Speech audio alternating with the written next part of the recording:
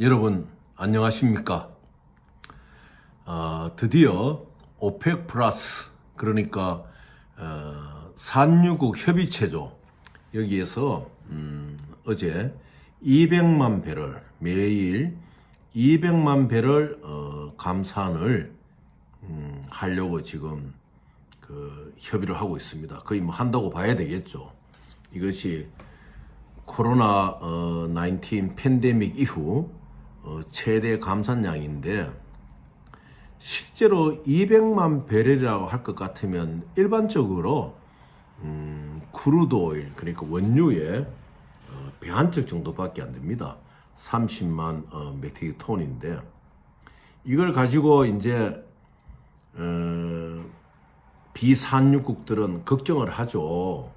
그런데 실제로 오펙 플러스가 200만 배럴 감산을 한다 하는 것은 큰 영향을 끼치지 않습니다. 문제는 무엇이냐? 이러한 감산 발표가 날 때마다 자국의 석유 메이저들하고 정치적인 고리, 그리고 이제 뭐 우리나라는 예외가 되겠죠. 뭐 정치 자금이라든지 또 뭐 부익부 빈익빈으로 가는 이러한 현상 속에 있는 그 나라가 가진 경제 체제의 그 부정부패, 이런 것이 있기 때문에 뭐 산유국이 조금만 감산을 한다, 유가가 변동된다 그러면 그것이 곧 국민들의 생활에 그대로 적용되듯이 막 물가를 올리고 이런 것이 더 문제겠지요.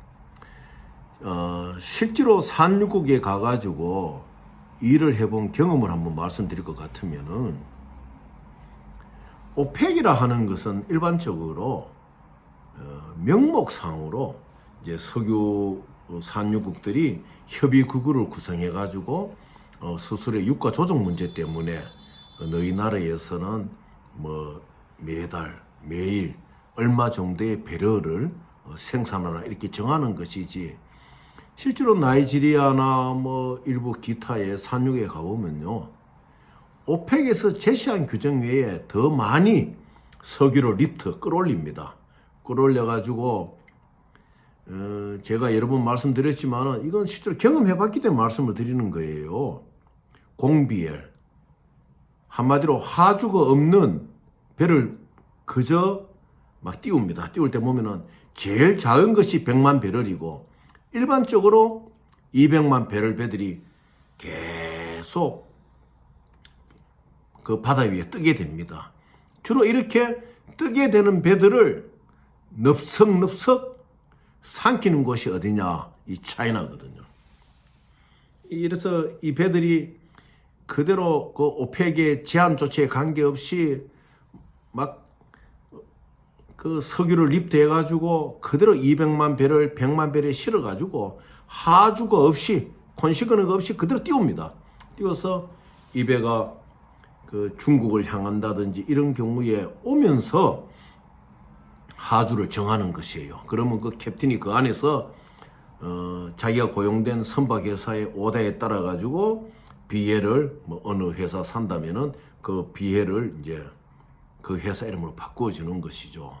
문제는 이러한 오펙 플러스가 200만 배럴의 감산 조치를 했을 때 호들갑을 떠는 비산유국들이 더 문제인 것입니다. 그래서 보통 이런 것들이 그 나라의 부정부패 고리, 그리고 부정부패가 없는 또 나라들은 일반적으로 메이저들, 석유를 수입하는 그런 메이저들의 어떠한 그 고리 때문에 막 들썩들썩하죠.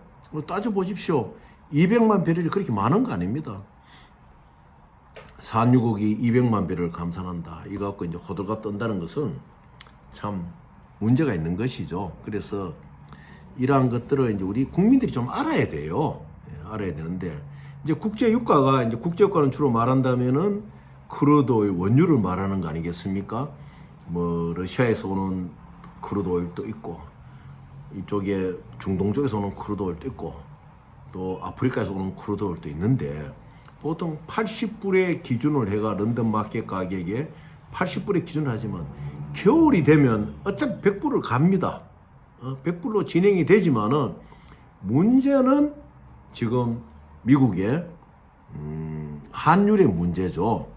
그러니까 이 석유를 사들이는 나라들이 환율의 상승 때문에 수익가를 많이 내야 되고, 이러한 부분 때문에 억제를 하게 되면은 산유국들은 석유를 또 팔려고 해도 아무래도 소비량이 줄어들지요.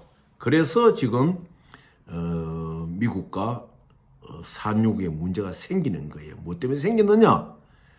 채무화폐인 이 미국의 이 화폐가 지금 비상사태에 들어갔잖아요. 고금리, 또 고환율, 이 명목화폐거든요. 일종의.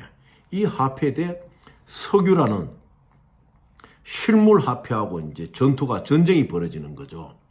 그러니까 미국의 US 달러가 금본위제 하에서, 금본위제 화폐라 그러면 이 석유 화폐가 싸움을 하질 않습니다. 그래서 세계의 물가가 안정권으로 갈 수가 있는 것이죠. 그런데 이제 오일 파동 속에서 자기들의 석유가가 휴지처럼 움직였던 것을 경험했던 중동이기 때문에 이제 이 사우디아라비아를 중심으로 해가지고 미국의 US 달러에 덤벼드는 거죠.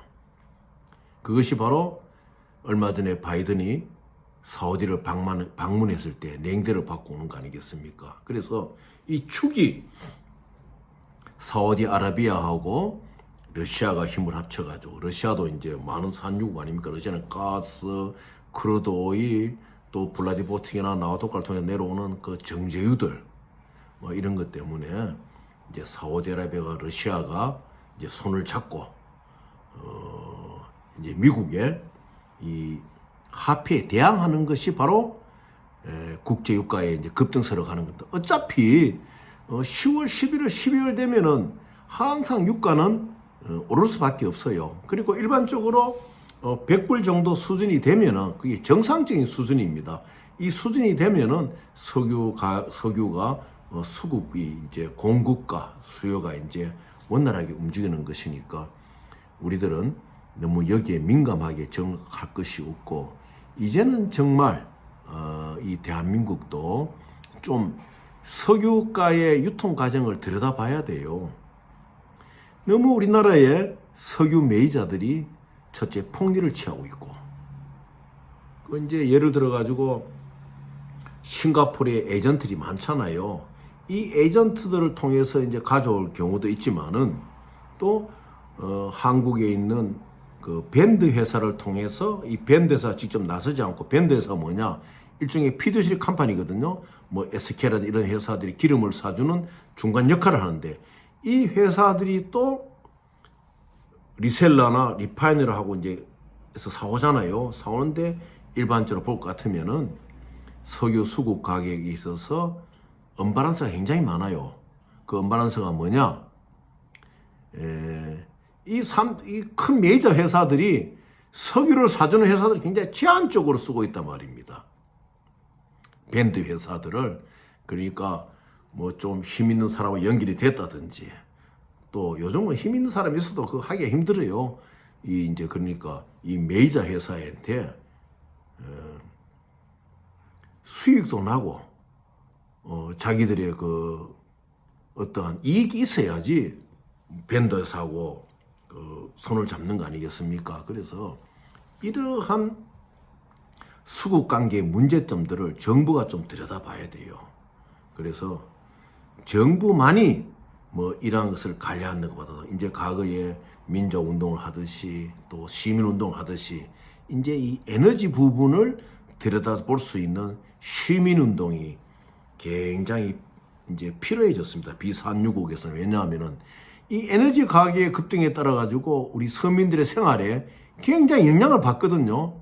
원유가가 오르더라도 우리 국민에게 실질적으로 파급되는 건 6개월, 7개월 뒤인데, 이 석유의 그 공급을 쥐고 있는 메이저들이 빨리 움직이고, 또 우리 정부에서도 아주 그 세밀한 어떤 검토가 없이 유가 조정에 의해서 물가가 또 오른단 말입니다. 그러니까 우리 국민들이 이제 고통을 받는 거죠.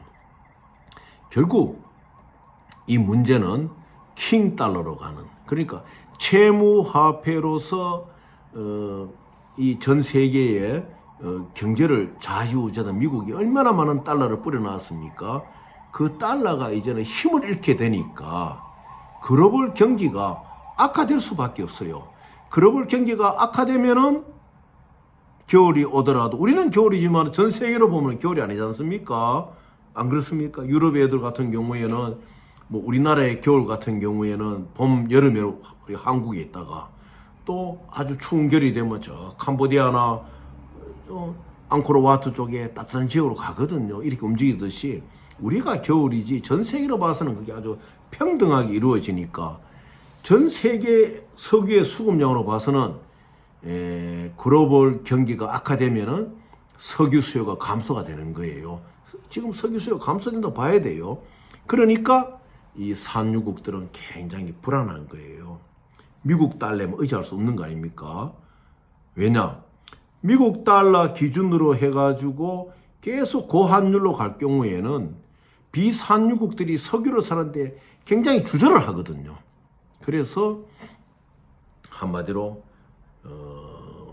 오펙 플러스의 감산 조치는 기축통화국인 아메리카와 이 산유국의 일종의 이제 핫와에서 가는 하나의, 그러니까 자기들이 가지고 있는 경제적인 강점을 무기해서 하는 전쟁이 핫와 전쟁이거든요.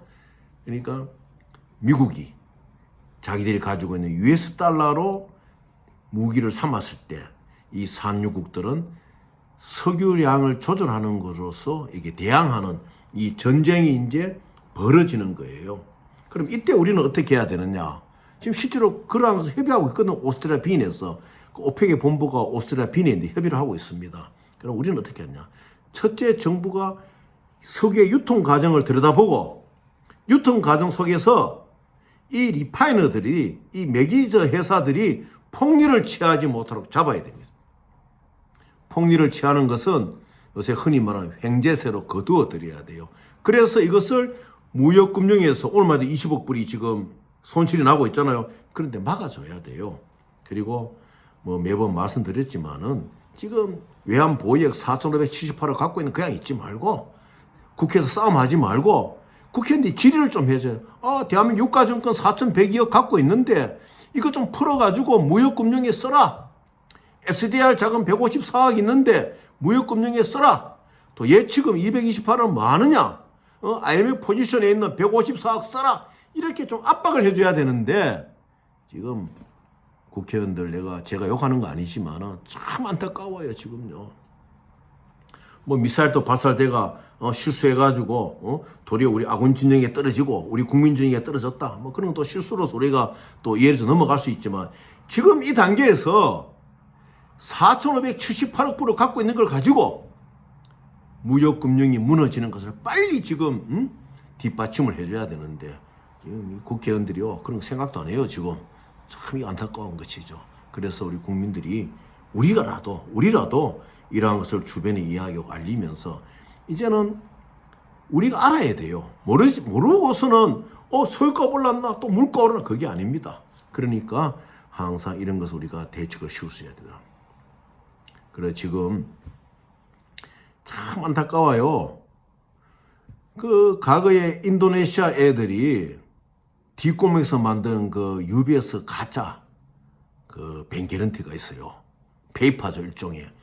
그런데 그것이 이 고금리 현상 속에서 이렇게 난리가 나니까 아니 그걸 가지고 1억 불, 2억 불 SBS를 끊어준다고 DLC를 끊어준다고 나다니는 이런 스케마들이 지금 한국에 설치고 있어요.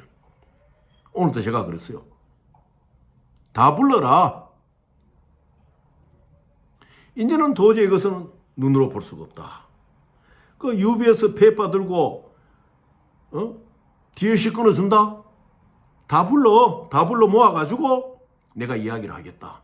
제가 이렇게 강경하게도 말을 했지만은 혹시 여러분들이 지금 그 UBS 빚이 가지고 뭐 이 이 어려운 시기에, 무역금융이 어려운 시기에, 신자부터 은행으로 뭐 들어오는데, 이게 스위프트가 들어오는데 다 거짓말입니다. 여러분들 믿지 마세요. 저한테 연락을 해주세요. 이게 도저히 이거는요, 정말 이거는 한 회사를 파괴하는 행위나 마찬가지거든요. 그래서 이런 일이 안 벌어져야 되는데, 여러분들, UBS에서 나온 이거 뱅게런티다, SBLC다, 한국의 시어자부터 은행으로 곧 760이 들어온다, 799가 들어온다. 그래서 또 엑스맨을 동원합니다. 누가 여기 대해서 들어오면 론을 해주기로 했다. 참 자기의 돈을 갖고 아주 싼 이자로 주기로 했다. 그러니까 우리한테 협조를 해라. 그래서 이렇게 또 경비가 들어간다. 이런 것들 진짜 여러분들 이번에는 속지 마시기 바랍니다. 지금 미국에 그 두 회사 있잖아요. 강남에서. 이 얼마나 많은 우리 기업들의 피눈물을 흘려가고 있습니까? 또 여의도에서도 또 그런 회사 하나 생겨버렸어요. 그래서 이거를 그 사법당국도 모르니까 손을 못 대요. 그러면은 우리가 이 강의를 속에서 대화를 하는 여러분들은 이걸 몇 번 들으시면서 여러분이 당하지 말아야 돼요. 그리고 또 그런 게 있으면 여러분이 글을 보내주세요. 그러면 또 제가 여러분들에게 또 가르쳐드리고, 그래서 이 어려운 무역금융의 어려움을 지금 넘어가야 됩니다.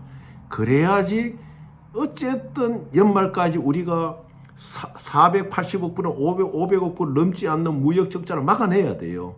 그렇게 해서 우리가 새해에는 새로운 가짐으로 일어서고, 또 금융 트레이드든지 양성하고, 한 사람의 힘은 약하지만은 10사람, 20사람, 100사람이 모여가지고 의견이 정말 모아졌을 때는 100명, 200명이 나라를 바꾸고 세계를 바꿉니다. 여러분들, 비록 우리가 부족하지만은 힘을 모은다면은 얼마든지 대한민국을 국제금융의 강국으로 만들 수 있는 길을 갈 수가 있습니다. 여러분, 내일은 어느 분이 다이렉트 그 페이 LC에서 물어오셨더라고요. 내일은 그것을 좀 설명드리도록 하겠습니다. 감사합니다.